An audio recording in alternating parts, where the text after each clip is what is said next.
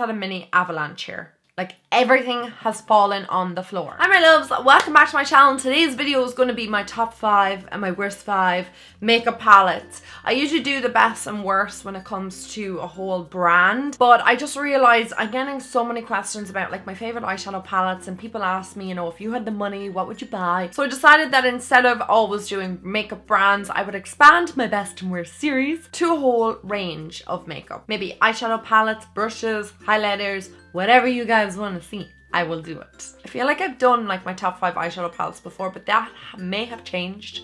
There's new eyeshadow palettes coming out all the time. So I'm going to give you my top 5 and then my worst 5. Because I love to bring the positivity, I'm going to talk about my favorites first. I'm going to start off with my most obvious favorite palette. I'm sure if you've been here for a while, you will know that this is my favorite. I rant on about it all the time, but it's the Anastasia Beverly Hills Modern Renaissance palette. This is my holy grail palette. Like, before this came into my life, I don't know what I did. I feel like I don't know what eyeshadows I used. It was either like Makeup Geek or Inglot or something. With this palette, I can achieve most looks that I want to achieve. They're all warm looks, but I mean, I'm a warm gal and I like that. I feel like there was an awful lot of cool tones other than the Naked 2. I feel like I just can't find any inspiration for looks that I want to create. Whereas with this, I just look at it and I'm like, okay, I'll use this today and this today, or I'll just put this over the lid, a little bit of this in the crease. I just know, I just look at it, I get inspired, and I can create a look. The eyeshadows are quite buttery, they're creamy, very, very, very pigmented. I think it's a fantastic palette, definitely one I would recommend spending your money on. Some of my Irish followers do ask where I buy Anastasia Beverly Hills. I always buy it off Beauty Bay, Beautylish, or Cult Beauty, one of them. If you don't live in the US, I wouldn't recommend buying off the Anastasia website. Yes, the shipping is amazing, really, really quick, pronto, whatever, but it's like $18 and you could incur customs, whereas from buying from those other sites, you don't. So yeah, that is definitely one of my all-time holy grail favorite palettes. My next favorite palette is the Kat Von D Shade and Light palette. The last time I did my favorite eyeshadow palettes, I don't know if I even included this, but I think it's just one of those palettes that I reach into all the time and then I just forget to mention it.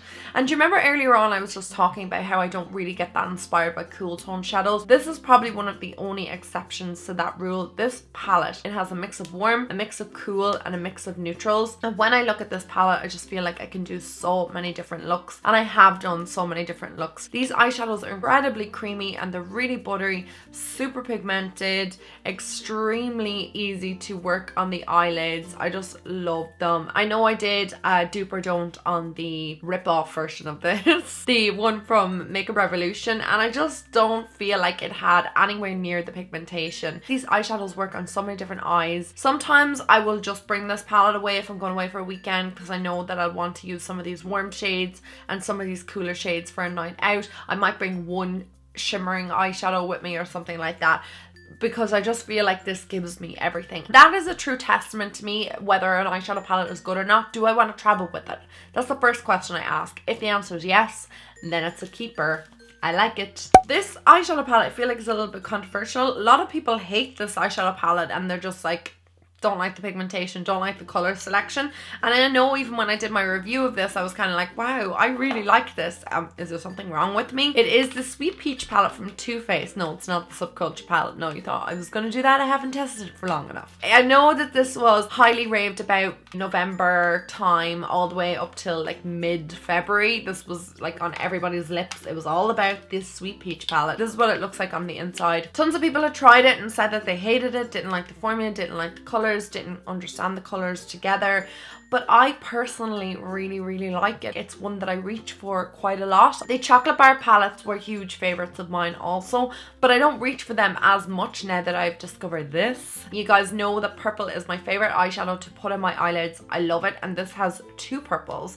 It also has this gorgeous green in here, which I absolutely adore, and then I'm just so into these like peachy shades. Again, that was another complaint people said. It's a peach palette, doesn't have many peach shades. To be honest, I don't really want 16 different types of peach shades. I get that it's a peach palette, but I kind of want a bit of versatility to be able to create a look, something really pretty and something really exceptional in my eyes. For an affordable eyeshadow palette, I had to mention this because this is my most used affordable eyeshadow palette ever. It is the Morphe 35O palette, and that's what it looks like there.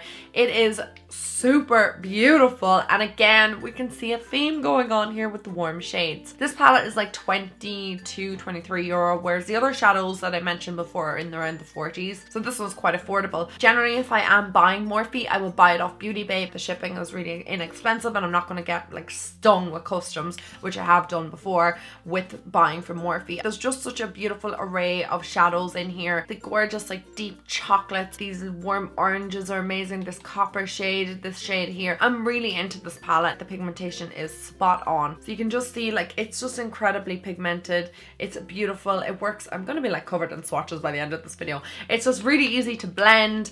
It's not obviously going to be like high-end standard quality of eyeshadows, but then again it depends on where you're buying from, because I feel like this eyeshadow palette is better than some of the worsts that I'm going to mention, and some of them are a little bit more expensive. And to be honest, I haven't actually bought or received a Morphe palette that I haven't loved. I've liked most of them, but this is just my most used one. This is not necessarily like a holy grail for me yet because I haven't had it long enough. Like, it is worth the mention, and it's the Jaclyn Hill palette, and it looks like that on the inside. The only reason I'm mentioning this today is because I use it quite a lot. I mean, I use this probably on a weekly basis. Every time I look at this eyeshadow palette, I am inspired to create something different, something that I haven't worn before. I have worn this a lot on nights out or dinners with Jimmy. You can create like a smoky look with it, or you can create more of a romantic look using some of these pinks and stuff. Something more daytime appropriate is easy to achieve with this. Nighttime appropriate is really easy. So it's not necessarily my favorite because I haven't had it for long enough, but it is definitely up there with the Morphe 35O palette. The only reason I'm picking 35O is because I've had it longer. And my final favorite palette is not necessarily a palette that you go in and buy, but it is one that you create yourself, I suppose. This is the Flexi palette from Inglot, and these are my Inglot shadows. If it's not one of the other 5 that I mentioned, this is the one that's coming everywhere with me because it just creates everything that I want on my eyelid. This orange up here, which is number 287, is definitely one of my holy grail oranges. It's just so different. Like, I've never seen anything like it in eyeshadow. It's like a tangerine shade, but it's super pigmented and it just blends out really nice in the eye. I also love this purple, this deep purple too. Oh, beautiful. These two kind of warmer shades, this red. I just love this eyeshadow palette. I will try and link down as many of these eyeshadows as I possibly can. That pink is also amazing too. With this, I can create any kind of warm, smoky eye look that I want. I just bring a pigment with me, good to go with this. Inglot's eyeshadows are so underrated here on YouTube, unless you're from Ireland, because it's a massive brand here in Ireland. Even though it is Polish, we love it here in Ireland. I go crazy for it, and it's super popular, but it's not as popular in the US for some reason. I don't know why. So they're my favorite palettes. Now I want to move on to my worst palettes. Some of these are for pigmentation, some are for just getting absolutely no inspiration, but I will just talk about them as I'm going through them. First one that I'm going to talk about is the Kylie. Is this the Royal Peach palette? It looks like that on the inside. I still keep this palette and I hold on to it for times like these. If you've not seen my full review of this palette, it's worth a watch. It still has that chemical scent off it, even though it's been,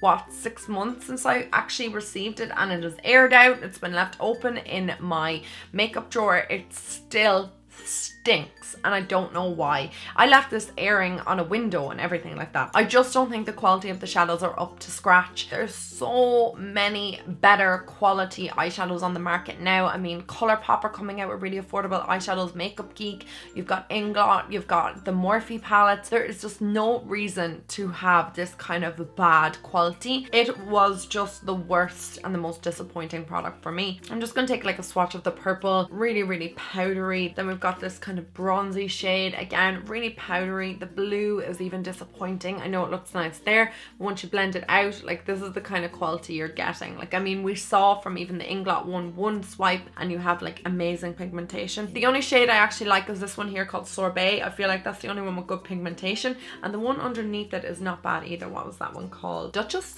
And Duchess even still is not amazing. They're the only two shadows that I can really work with in this palette. I probably will end up like depotting them because they're all magnetized into this. It was such a disappointment to me. Kylie Cosmetics is more so, I think, for the name than the actual quality of eyeshadows. She did okay there in the beginning. I mean, the burgundy palette was good. I really liked that, but after that it's just been disappointing, and the bronze palette was like not amazing either. But this is just super disappointing. Apart from the smell, the pigmentation is just not there. This next eyeshadow palette, I feel so incredibly sad mentioning it because I love Too Faced. I love the majority of their products, but this is just I don't like it. I don't like it at all. I don't know why I don't like it. And the palette I'm talking about is the Love, or the Natural Love palette, and it looks like this. Look at that. Like, there's such an array of a huge amount of shadows. I know you guys were begging me to do a review of this palette, and I'm just not inspired in any way to even create a look. Like I said, when I look at the Jaclyn Hill palette, I look at it and I'm like, wow, there's like so many different looks that I can do tonight or do today. When I look at this, I can barely make one look. Any of the ones that I've used, I'd say I've used about a third of this palette, and I just didn't like it every single time. The shade Hot and Bothered is one of my favorite ones, so that's it there. It's just the only shade that I can actually look at and say, wow, I want to work with that shadow today. Fairy Tale, it looks like it's going to be a gorgeous golden, like kind of glittery shade, but it's just chunks of glitter. There's no pigment off it. Sitting in my drawers doing nothing, so I'm gonna possibly donate this to either my sister or Jimmy's sister. Somebody is gonna find a bit of love for this palette, because for me this just doesn't appeal. It doesn't scream at me, and I can't create anything from it. I just feel so uninspired. I'm gonna talk about the LORAC Pro 2. This palette, I kind of wonder what I was ever thinking with getting this palette, or why I even bought this palette. I got this back when this first came out, was it like 2014? And I used like a shipping service or something to get it from the US. I had to buy it from Sephora, Ulta. I actually can't remember off the top of my head right now how I got it, but I remember there been a huge rigmarole and having to pay a huge amount to buy it in the US and get it shipped here. And when it arrived, I used it one time. Like one time. I was like, why did I buy this? I don't like any of the shades in this. I just feel it really uninspiring. I still think it's available to buy. It's just a disappointing palette because I don't like any of these shades here at the bottom, like any of the shimmery shades. There's not one shimmery shade on the bottom that I can say that I'm drawn to. On the top, I like maybe Nectar and LT Brown. Buff is okay, but that's it. Like Plum doesn't come out really that nice. Like it's just, I don't know, very standard. Navy, they're just really, really standard colors. The black is not even that black. It's just a very basic AF palette and not for me. And I don't know why I bought it. It's my own fault. This next eyeshadow palette is not like a hate palette. Like I'm not like, oh my god, I'm so disgusted by it, but I just feel like, what is the point? Where I showed the Renaissance palette before, I'm showing the W7 Delicious palette. I feel like these W7 palettes are not good in general. I don't like any of them. Like any of the tinned ones I don't like. Okay, this is a complete and utter rip-off of the Modern Renaissance palette. Great if you can find a dupe. I understand not everybody has money to be able to fork out to buy the Modern Renaissance palette, but I feel like if you are going to make like a dupe palette, try and make the pigmentation a little bit better. This is so dry. If you want to see my whole video of it, I'll link it down below. They're not crazy pigmented. They're not as easy to blend as the Modern Renaissance. This costs about €11, so it's a great price, whereas the Modern Renaissance costs what, about €45. I feel like the Makeup Revolution is a Resurrection palette. I don't know, I'll link that one down below. I feel like that's a much better palette, better pigmentation. Everything about this palette I'm just like not interested in at all. I just feel like the Modern Renaissance palette, it's very hard to dupe it and very hard to copy. This palette saddens me within. Like it just makes me so sad. For so many years this was a holy grail. I hit pan on every single one of these shadows. I went through an entire one of these palettes. This was my first palette. This was my be all, my end all when I was a teenager. I loved this palette, and it is the Naked palette. I'm sure everybody knows what it looks like. I use this in a full face of Old Favorites. Using it during that video, I just came to the realization that this palette is junk. I don't mean to be insulting or anything like that towards Urban Decay or the eyeshadow palette in general, but I just feel like there is so many superior quality eyeshadows out now. From single forms to, you know, palettes like the Morphe ones. This is just lacking in pigmentation, lacking in color. I feel like once I blended it all out, everything kind of mushed into one on my eyelids. This is my first eyeshadow palette that I ever used. After the years and like my skills maybe getting a little bit better, I just feel like there's just no need for this anymore. So again, she'll probably be donated to somebody who'll love her more. But this is what the eyeshadows look like. They're not bad. Like, they're not bad swatches, you can see that there, but they're just not amazing on the eyes, and like I said, it doesn't blend great.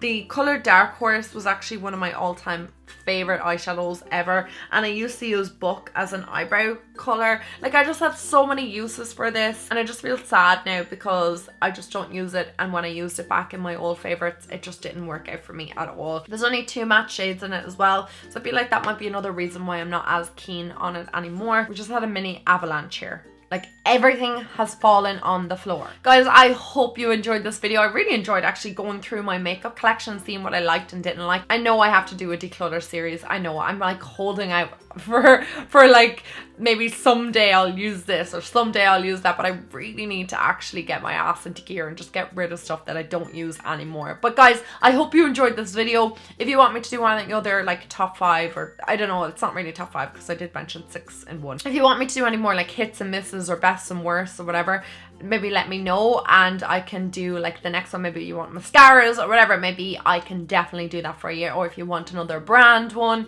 let me know. Guys, thank you so much for joining me today, and I will talk to you all in my next video. I love you guys. Mwah. Bye.